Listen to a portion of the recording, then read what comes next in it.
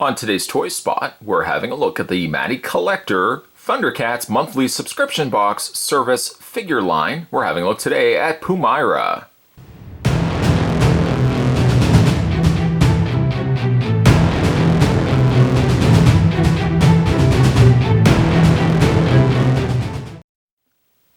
Yes, even though the Thundercats subscription service is still in limbo, we have no idea if they're going to actually continue and pick it up. The chances are probably very slim.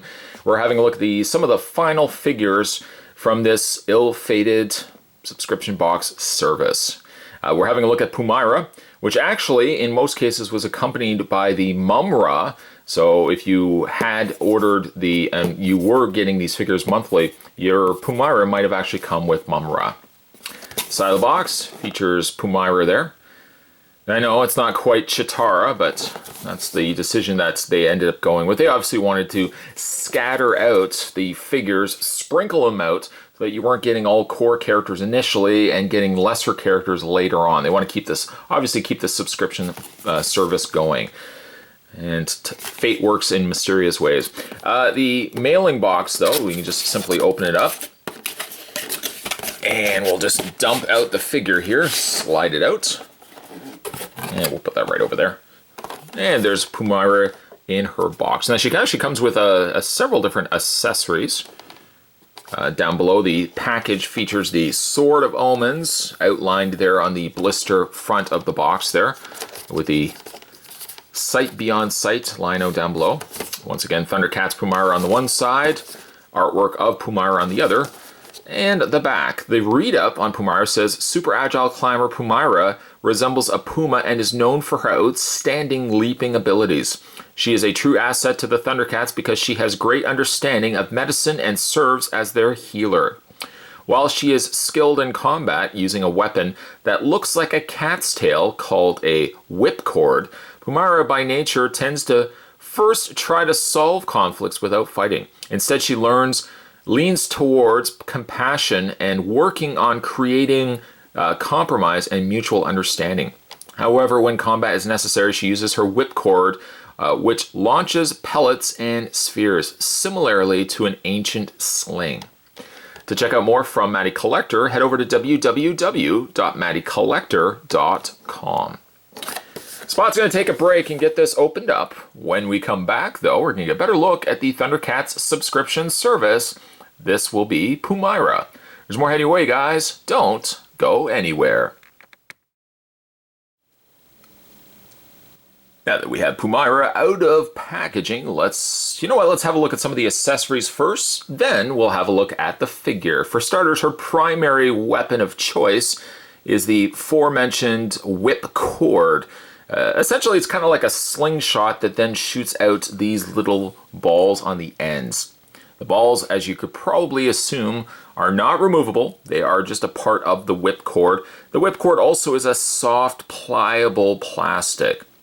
It can fit into her hand, not necessarily, I would say, the hands that are the backup hands, but they can fit in fairly well into the primary hand that comes with the figure.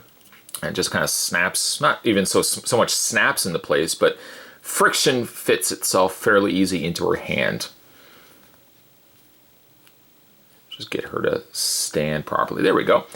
One of the more possibly confusing accessories to come included with her. This is the Totem of Dara.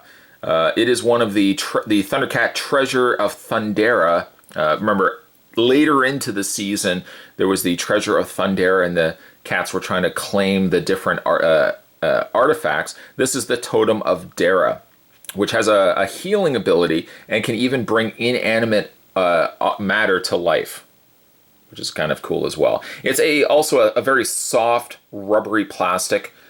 The paint on the jewel is a little on the heavy side, at least though it's not bleeding at all into the gold.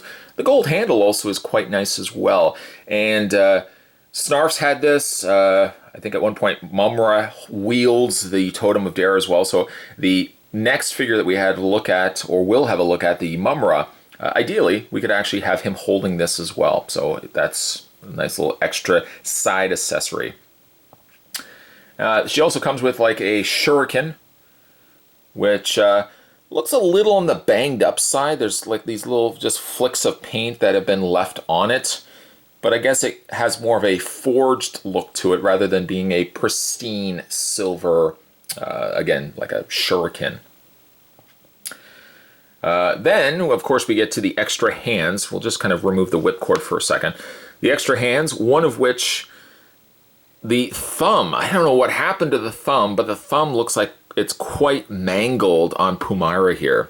It almost looks like it's completely, almost about to the point of coming off the hand altogether. It's actually an accompanying piece to this hand. It's not too much different than this hand right here, other than this hand is a little bit more closed shut. You can go ahead and wiggle the hand off and pull it out of the socket. Pop in the replacement hand. Look at the thumb. Well, the thumb is going to come off. That's really disappointing. I don't know how it got mangled the way that it did. No thumbs up in this one, Pumyra. No thumbs up. I guess we could just have her holding the... I don't know why. Oh, there goes the thumb. There goes the thumb. I don't know why it doesn't help, obviously, that the hand is a softer rubber. I can't explain, though, why that thumb was severed the way that it is. I guess it's not... Okay, it is noticeable. We can put the Totem of Dara into her hand. There we go. Maybe we can, you know, it's funny that we just finished talking about healing inanimate objects. Maybe we could heal this now inanimate chunk of her thumb. She also has a closed fist, which gets as very little mileage out of it because you can't obviously hold anything, but she does come with a closed fist as well. The hands are very soft, very pliable. That one specifically, very, very soft. I don't know, let me know down below if you've had any issues, if you picked this figure up. Maybe if, I don't know, if your thumb has survived.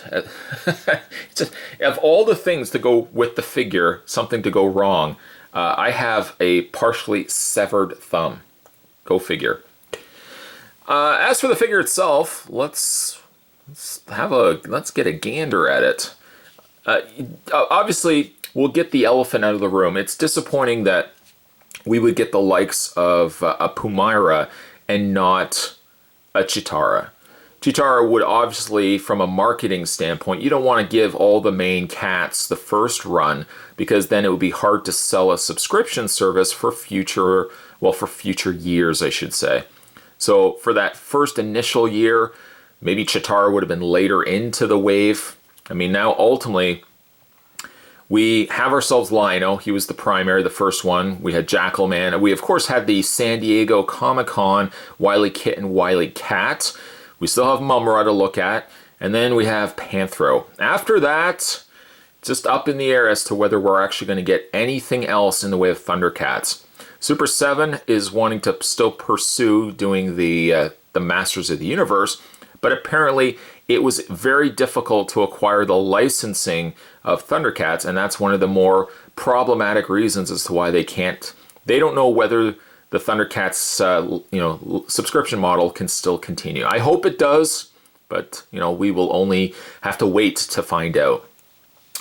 So while it's not necessarily Cheetara, we have to kind of take what we get here. Pumyra actually turned out really good.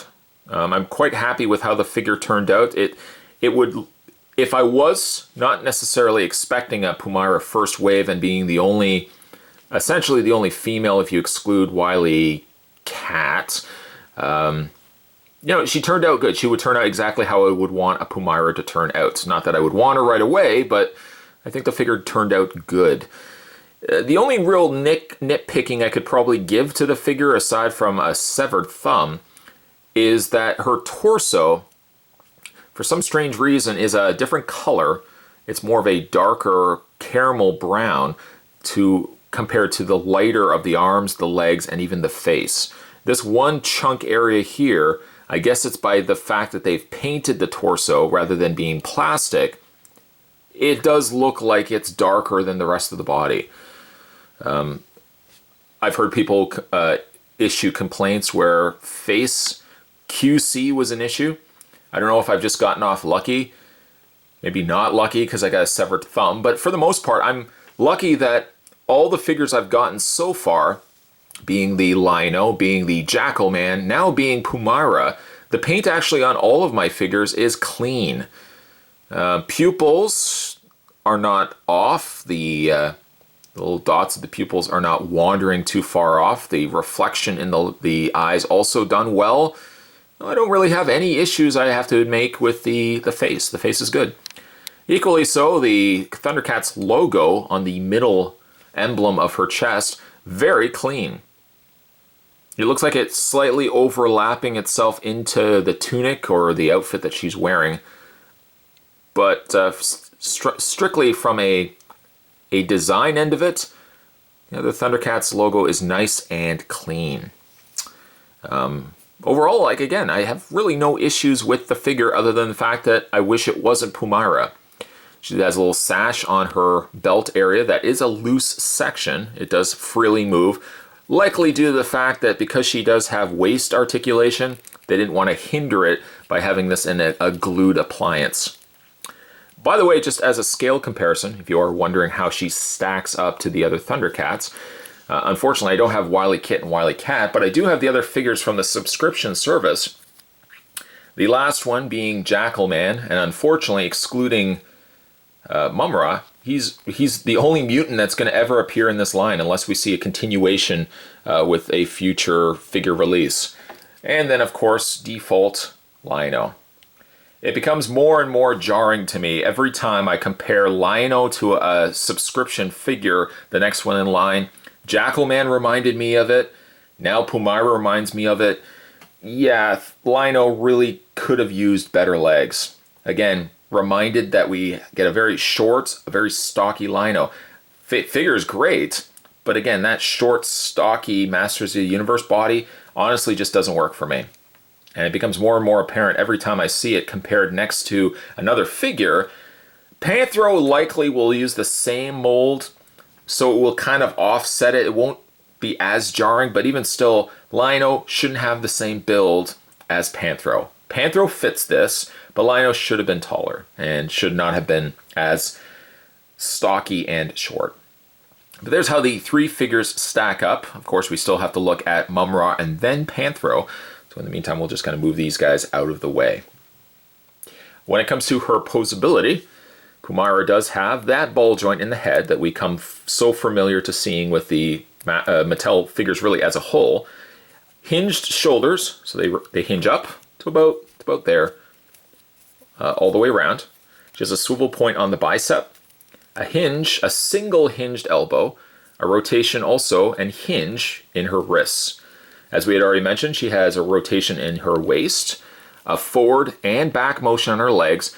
Good thing too as well that the skirt is a softer rubber, that it doesn't seem to limit posability forward or back on the legs, as well as a split leg. It's about as far as you get before you start getting a little more tension on the skirt itself.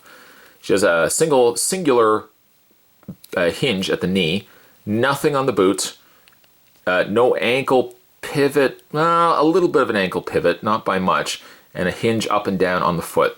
Peg holes on the undersides of the feet, but once again, no display stand to speak of.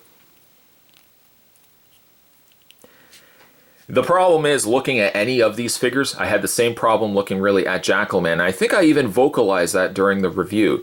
Both of these figures are adequately fine. I have no complaints with either of these figures.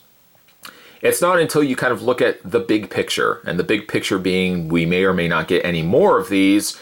Would these be choices that I would have picked if somebody would to say to me, well, we're only ever going to make 5 of these figures. That's it. That's all you're going to get. Which 5 figures would you have asked for? I can't say, to be honest, I would have asked for Jackal Man, or I would have asked for Pumyra. It doesn't discredit the quality of figures that these are, because I think they turn out great, but it's not the 5 figures I would have chosen. I definitely would have chosen a Lino, and I definitely would have chosen a Mumra. I might have even had picked the primary Thundercats, Tigra, Chitara, Wily Kit, Wily Cat, Panthro, and Lino, and possibly a Mumra as the incentive for getting those 5 figures. But again, who's to say? because in the grand picture of things, when they marketed these, the plan was that this line was going to run at least a year. So a Pumyra or a Jackalman would have made perfect sense. So for that, I have to look at the figures individually and not that big picture. Smaller picture, these are great figures. Pumyra, I think, stacks up well. I love the additional accessories that she comes included with. The quality on the figure is good. The QC on the paint, on the face, no issues there. Pumyra is a great figure. Big picture, though, it's a little sad that this is instead of a Chitara. Today's Toy Spot, we're looking at the Thundercats monthly subscription service figure. And today, this month, we're looking at Pumyra. Stay tuned, guys. Spot's going to have more Toy Spots heading your way. As always, thanks for watching. I'll see you next time.